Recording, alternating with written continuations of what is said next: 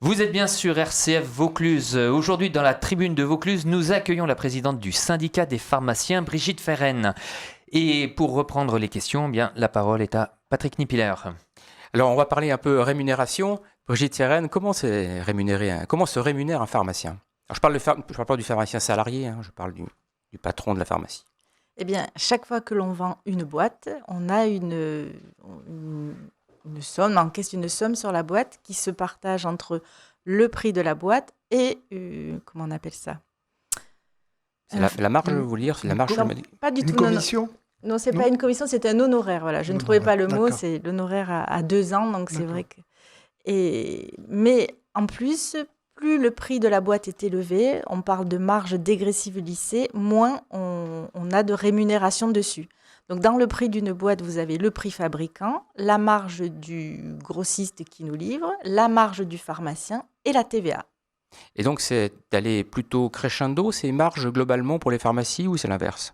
Alors les marges des pharmacies diminuent puisqu'elles sont liées aussi au prix du médicament. Donc à chaque fois qu'il est décidé d'autorité de baisser le prix d'un médicament, tout diminue. Et alors, le chef d'entreprise que vous êtes, quand il voit ses marges diminuer, comment il fait pour y pallier? Parce qu'il faut bien que le chiffre d'affaires soit au rendez-vous. Alors, d'abord, c'est très difficile et ça explique pourquoi des officines sont en grande difficulté. Nous avons aussi négocié auprès des caisses de sécurité sociale de dissocier un petit peu la rémunération du pharmacien des volumes de vente. Et c'est pour ça que nous avons eu, et notamment grâce à la loi HPST, de nouvelles missions qui sont rémunérées. Donc, nous avons des entretiens. Il y a pour l'instant les entretiens antivitamine K, les entretiens pour l'asthme, dans lesquels nous donnons rendez-vous à nos patients pour revoir avec eux leur traitement, s'ils l'ont bien compris, les horaires de prise, etc. Et nous les voyons 2 fois. Et pour éviter justement qu'il y ait des arrêts de traitement ou du mésusage de médicaments, des hospitalisations à cause de cela. Et du coup, la sécurité sociale nous rémunère pour ces entretiens. Henri Faucon. Si je comprends bien, le conseil que vous apportez à ce moment-là devient rémunéré. Alors, depuis quelque temps, chaque fois que nous vendons une boîte de médicaments remboursés, effectivement, nous avons un honoraire comme les autres professionnels de santé. Alors, nos conseils ne sont pas rémunérés. Nous faisons ça gratuitement et tous les jours. En revanche, dans le cadre des entretiens pharmaceutiques qui sont très encadrés et qui se rapportent à, pour l'instant, 2 ou 3 classes thérapeutiques, effectivement, nous avons une rémunération qui a été fixée par l'assurance maladie. Là, c'est le patient qui paie cette consultation ou... Non, ce n'est pas le patient. Le patient nous donne son accord. Nous prenons rendez-vous à l'officine ou éventuellement à son domicile. Et grâce à cet accord, nous indiquons à la sécurité sociale que nous avons réalisé un entretien puis un deuxième entretien et nous sommes rémunérés directement par l'assurance maladie. Pour quel type de pathologie vous faites ça? Alors, pour l'instant, il y avait les antivitamines K, les médicaments donc, de la coagulation, qui a été élargi à la nouvelle classe d'anticoagulants. Et il y a les médicaments pour le traitement de l'asthme. Ce sont des médicaments qui sont très prescrits, à marge thérapeutique souvent très étroite, donc il ne faut pas faire de bêtises avec. Et ce sont aussi des médicaments qui, quelquefois, notamment pour l'asthme, comme c'est un traitement chronique, les gens pensent que si on rate quelques prises, c'est pas grave. Et justement, ça n'est pas le cas et on est là pour le rappeler. Alors on voit bien que sur les médicaments, en fait, vous n'avez pas tellement de marge de manœuvre, mais par contre, vous êtes amené aussi à vendre d'autres produits à l'intérieur de la pharmacie. Est-ce que c'est un moyen pour vous, justement, de pallier à la baisse, de la rémunération des pharmaciens? Alors, ce n'est pas un moyen, mais effectivement, nous gagnons notre vie et par le médicament et par les médicaments que nous conseillons ou les autres produits que nous pouvons vendre. En revanche, effectivement, on n'a absolument aucune lisibilité sur notre rémunération liée aux médicaments remboursables. Et comment vous voyez justement l'évolution de la rémunération des pharmaciens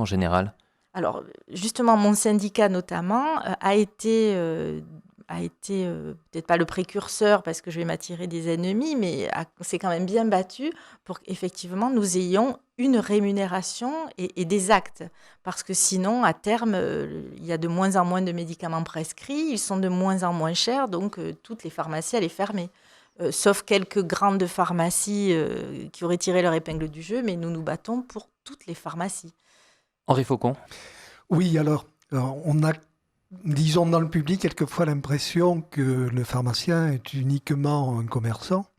Et vous venez de nous montrer que le rôle du conseil, le rôle de prescripteur aussi du pharmacien est primordial. C'est-à-dire que c'est essentiellement d'abord un métier lié à une connaissance scientifique. Complètement, c'est pour ça que pour rebondir sur ce que vous me demandiez tout à l'heure, il n'est pas question qu'on introduise des gens qui ne soient pas pharmaciens au sein de nos officines, sinon ils feraient la loi. Et nous, on est toujours là, on se place toujours dans le cadre de l'intérêt du patient et de la santé publique, effectivement. Alors, de nos jours, Patrick Nipiller. Comment les pharmaciens se tiennent au courant des rapides évolutions scientifiques et médicales vis-à-vis des médicaments ? Alors, on a une obligation de formation, ça s'appelle le DPC, je crois que c'est le développement professionnel continu. C'est inscrit dans la loi, on est obligé de se former. D'ailleurs, les pharmaciens sont parmi les professions médicales qui se forment le plus. Et puis après, nous avons des formations donc, obligatoires via le DPC et puis des formations liées à l'évolution métier régulièrement. C'est-à-dire qu'en fait, comment vous faites justement ces formations ? Est-ce que c'est votre syndicat qui organise les formations ? Est-ce que c'est par le biais des laboratoires ? Est-ce que c'est le ministère ? Alors, pour ce qui est du DPC, il y a des organismes de formation, pour autant que je sache qu'ils sont développement professionnel continu. D'accord. Il y a des organismes qui sont agréés sur des sujets de santé publique et qui sont décidés parmi nos instances dirigeantes, et on ne peut pas nous former sur n'importe quoi. En revanche, après, rien n'empêche un laboratoire ou, c'est pas trop le rôle des syndicats, mais une quelconque autre organisation de nous proposer des formations. Mais elles ne seront pas reconnues comme obligatoires. Et ça représente combien d'heures ou de jours de formation dans une année, par exemple ? Écoutez, c'est très variable parce que ça dépend de tout un chacun. Maintenant, on a aussi accès au e-learning. Il y a l'apprentissage par Internet. Voilà, il y a certaines formations comme ça qui sont reconnues. Donc, chacun s'y met un peu comme il veut. Mais justement, pour qu'il y ait un socle commun, effectivement, il y a eu ce DPC obligatoire. Et est-ce qu'il y a eu une accentuation justement du renouvellement en fait à la fois des médicaments, nouvelles molécules, etc. Enfin, est-ce que vous avez quelque chose qui s'est beaucoup accéléré ? Alors, les nouvelles molécules, je ne pense pas qu'il y en ait plus que d'habitude. Après, effectivement, ce qui fait débat, c'est qu'elles sont de plus en plus technologiquement pointues, je pourrais dire, et donc elles sont de plus en plus chères. Et ça fait débat. En revanche, plus ou moins, je n'ai pas le sentiment qu'il y en ait plus ou moins. Alors, puisqu'on aborde le prix des nouvelles molécules, il y a actuellement un débat sur les médicaments anticancéreux qui varient d'un facteur 1 à 100 selon le pays où est vendu ce même médicament. Comment on peut expliquer une telle variabilité ? Alors, moi, je ne peux parler que de la France. En France, c'est le Comité économique des produits de santé qui fixe le prix des médicaments en fonction de critères de rentabilité du laboratoire, d'innovation, à savoir si le service médical rendu est très bon ou finalement pas meilleur que ce qui existait, en fonction des molécules qui traitaient la même pathologie et de leur prix, en fonction du remboursement, des caisses de sécurité sociale, de mutuelles. Donc, c'est vraiment très compliqué. Après, moi, je n'ai pas d'avis, sauf que effectivement, on parle de molécules très très chères, mais il faut voir qu'avant, les gens ne guérissaient pas de ces maladies, donc ils avaient des traitements à vie et qui étaient chers. Est-ce qu'il vaut mieux une molécule chère qui vous permet de guérir en quelques mois qu'une molécule qui n'était pas chère, mais dont vous étiez certain qu'elle n'allait pas vous guérir ? Donc, il y a quand même un coût pour l'assurance maladie qui est calculé. Alors restons sur les molécules, puis parlons des molécules génériques. Alors là aussi, il y a débat. Je crois que vous avez pour devoir de proposer aux gens des médicaments génériques au lieu du médicament original. Quelle est la réaction des patients majoritairement face à cela ? Et que dites-vous à ceux qui pensent que le générique est moins bon que l'original ? Alors, je dirais que le générique, ça fait quand même longtemps que ça existe en France et que c'est surtout un débat franco-français. Parce que quand vous allez à l'étranger, les gens, le générique, ça leur pose aucun problème. Nous avons effectivement obligation de proposer le générique et je ne commente pas cette obligation dans la mesure où c'est pour permettre de faire des économies à la sécurité sociale et donc c'est civique. Concernant la qualité du médicament générique, c'est un médicament qui a obtenu en France une AMM la même que le médicament d'origine. Puisque Donc, c'est la même molécule. Bien sûr, donc il est ni pire ni meilleur, c'est exactement pareil. Après, le patient reste libre de ses choix. On n'interdit pas à un patient d'avoir autre chose que le générique. En revanche, la solidarité ne joue plus, c'est-à-dire qu'en tout cas dans le Vaucluse, le patient paie son médicament, il se fait rembourser totalement. Vous croyez à l'effet placebo des médicaments Absolument. Brigitte ? Alors, vous ne pensez pas que l'effet placebo, du coup, peut avoir un effet quand on a un générique, du coup ? Complètement. Et que donc, il pourrait s'avérer moins efficace à cause de ça ? Il peut s'avérer moins efficace, il peut s'avérer plus efficace. Il peut y avoir aussi un effet nocebo, c'est-à-dire qu'on est persuadé que de l'avoir pris, on est plus mal, mais même avec un princeps. Je pense qu'il y a eu dès le départ un malentendu avec une restriction des laboratoires fabricants de princeps qui ont mis le doute dans la tête des gens, parce qu'auparavant, personne ne se souciait ni du princeps, ni du lieu de fabrication, rien. Mais et économiquement parlant, puisqu'on parle rémunération, pour vous, pharmaciens, il est plus intéressant de vendre un générique ou l'original ? Eh bien, la sécurité sociale a reconnu que de faire de vendre plus de génériques, effectivement, faisait réaliser des économies, mais que ça n'allait pas sans un travail de persuasion de nos patients, et donc à considérer que nous devions avoir un retour sur investissement, même si... Donc vous gagnez plus d'argent avec les génériques qu'avec les originaux ? Effectivement, nous gagnons plus d'argent avec les... En tout cas, au début, lorsque le générique sort, parce que généralement, au bout d'un moment, le laboratoire d'origine... comme par hasard, redescend ses prix et contre-attaque ou switch vers une autre molécule qui, elle, n'est pas générique. Merci Brigitte Ferren. Nous nous retrouvons dans quelques instants et nous en saurons un petit peu plus sur la clause de conscience des pharmaciens.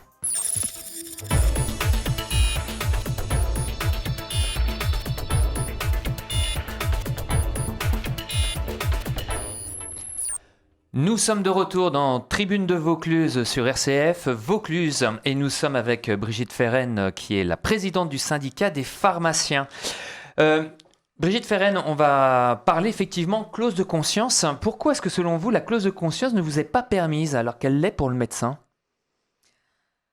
Eh bien, je dirais que face à une problématique de santé publique, à un patient qui m'explique quels sont ses problèmes, si effectivement, de par mes connaissances, je peux répondre à son problème, je ne vois pas pourquoi je ferais jouer une clause de conscience. En revanche, si j'estime que la personne a mal compris ou que le traitement qu'elle me demande n'est pas adapté à ce qu'elle a, effectivement, je la renverrai vers un autre professionnel, mais je n'ai pas à avoir de clause de conscience. Pour vous, c'est pas nécessaire en fonction de... Parfois, ça peut être en fonction de certaines molécules, de certains produits qui sont vendus par rapport à la pharmacie. Écoutez, si le traitement, si la molécule est ce dont le patient a besoin et qu'on est dans un cadre réglementaire, il n'y a aucune raison que je m'y oppose. Sinon, dans ce cas-là, je vais dire, s'il est gros, je refuse de lui donner des médicaments pour le diabète, il n'a qu'à faire du sport. Après, je peux faire jouer ma clause de conscience pour tout, quoi. Donc, non, c'est... Une constatation de santé publique, oui, je peux répondre, ou non, je ne peux pas répondre, mais pas de clause de conscience. Et comment le syndicat réagirait dans le cas où, à ce moment-là, un pharmacien du département ferait jouer, chercherait à montrer cette clause de conscience ? Alors, je pense que ce n'est pas un problème syndical, mais c'est un problème ordinal à ce moment-là. Donc, effectivement, l'ordre des pharmaciens aurait tout pouvoir de convoquer, de voir ce qui s'est passé, effectivement. De sanctionner, peut-être ? De sanctionner, oui, effectivement. Mais pas le syndicat. D'accord. Et quel type de sanction à ce moment-là l'ordre des pharmaciens pourrait prendre ? Alors, je vais botter en touche parce que je ne sais pas exactement, mais ça peut aller de l'interdiction d'exercer pendant quelques semaines à quelques mois, une radiation. Enfin, il y a une palette de sanctions qui est assez large, me semble-t-il. Sur l'occurrence de ce type d'événement est faible, je suppose ? Je pense qu'il est très faible, bien que quand il est faible, il est fortement médiatisé. Mais je ne pense pas qu'il y ait beaucoup de pharmaciens, effectivement, qui fassent jouer leur clause de conscience. Mais si tel est le cas... parce qu'ils ne peuvent pas la faire jouer puisqu'elle n'existe pas. Oui, mais il pourrait refuser pour d'autres raisons. Oui, parce que c'est la question, je ne l'ai pas en stock. Voilà. Mais bon, après, moi, je pense que c'est condamnable, mais il ne m'appartient pas de juger. Alors parlons concurrence maintenant un petit peu. Aujourd'hui, on peut acheter des médicaments sur Internet. Que pensez-vous de ce mode d'approvisionnement en médicaments ? Alors, l'avantage du circuit du médicament en France, c'est qu'il est ultra réglementé et ultra sécurisé, que ce soit de la fabrication à la distribution par nos grossistes, à notre délivrance. Effectivement, sortir de ce cadre-là, c'est effectivement risquer des problèmes parce qu'on n'est pas sûr de l'origine de la matière première. Si effectivement c'est celle que l'on attend de se voir livrer, on est sûr de rien. Donc moi, je dirais que sur Internet, attention, danger. Internet ou en dehors du circuit de pharmacie, puisque maintenant, certaines officines peuvent effectivement vendre des médicaments sur Internet. Mais en dehors du circuit protégé de l'officine, on peut s'attendre à tout. C'est-à-dire que Internet est acceptable dans la mesure où c'est une officine qui propose ses médicaments, pas sur un circuit parallèle. Exactement. Mais on parle d'Internet, mais ça pourrait être dans d'autres magasins, des magasins bio ou des choses comme ça, ou des officines de sport. Non, dès que vous sortez du circuit de distribution réglementé du médicament en France, vous courez un danger. Le risque de contrefaçon existe et il est dangereux, effectivement. En France, il n'existe pratiquement pas.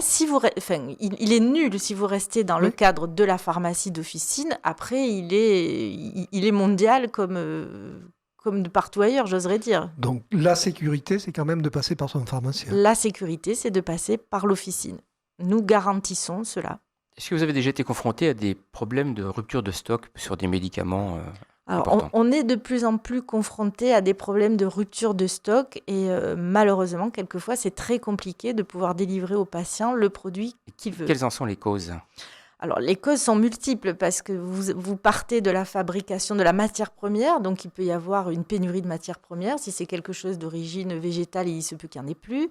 Il peut y avoir la matière première, mais dans la façon de la préparer, il peut y avoir eu un souci. Après, vous avez la fabrication, l'industrie proprement dite. Vous avez des lots qui ne sont pas conformes, donc qui peuvent être rejetés. Donc, du coup, si c'est un vaccin qui prend 6 mois ou 1 an pour être mis sur pied, effectivement, pendant 6 mois ou 1 an, vous n'en avez plus.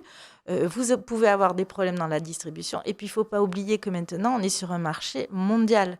Donc, le distributeur ou le fabricant peut aller vendre ailleurs. Et quelquefois, les médicaments français sont vendus bien moins cher que dans d'autres pays qui nous entourent. Donc, effectivement, mais nous ne maîtrisons rien. Alors, à propos de vaccins, est-ce que vous pensez que la vaccination dans les officines de pharmacie, c'est pour demain ou pas ? Alors, quand on parle de vaccination dans les officines de pharmacie, on parle principalement de la vaccination contre la grippe. Effectivement, nous sommes plutôt en demande.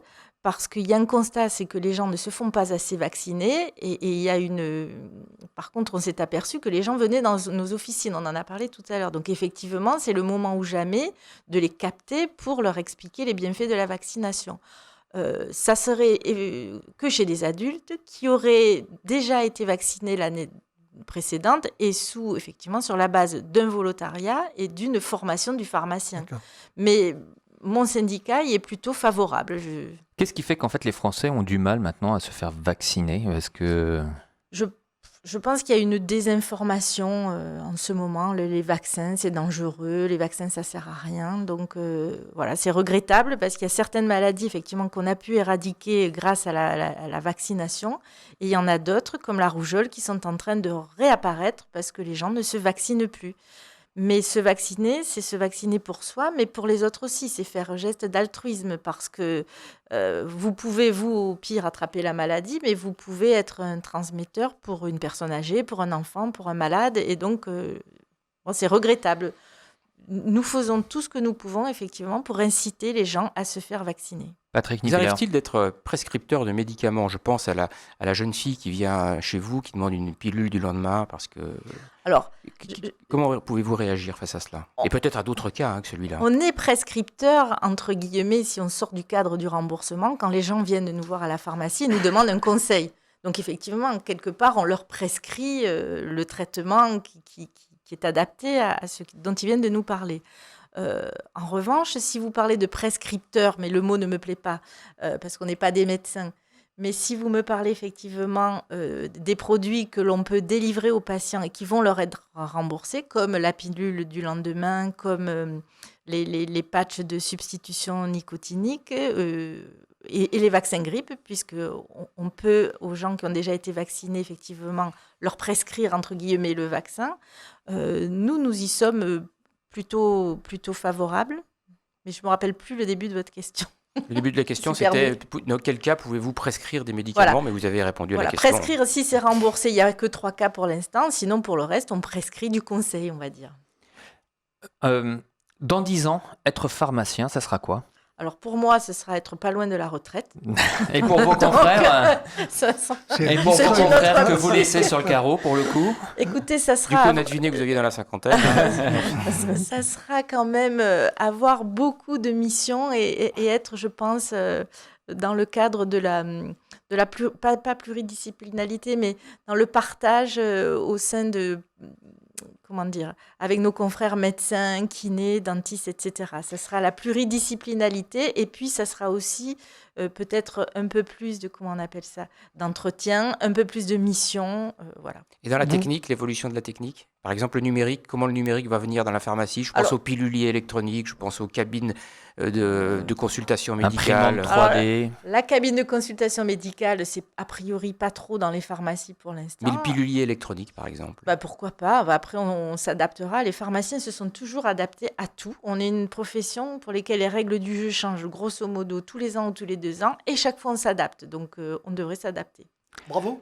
Brigitte Ferren, on arrive enfin pour vous à la fin de cette émission.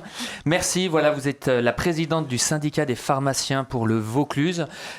Merci de vous être prêtée à cet exercice. Merci également à toute l'équipe pour la préparation de cette émission. Dominique Ribas, Patrick Nipiller, Henri Faucon, Olivier Meunier et Vinicius de Souza à la technique. Et je vous dis dans un mois pour une prochaine tribune de Vaucluse. Bonsoir, merci. Merci à vous.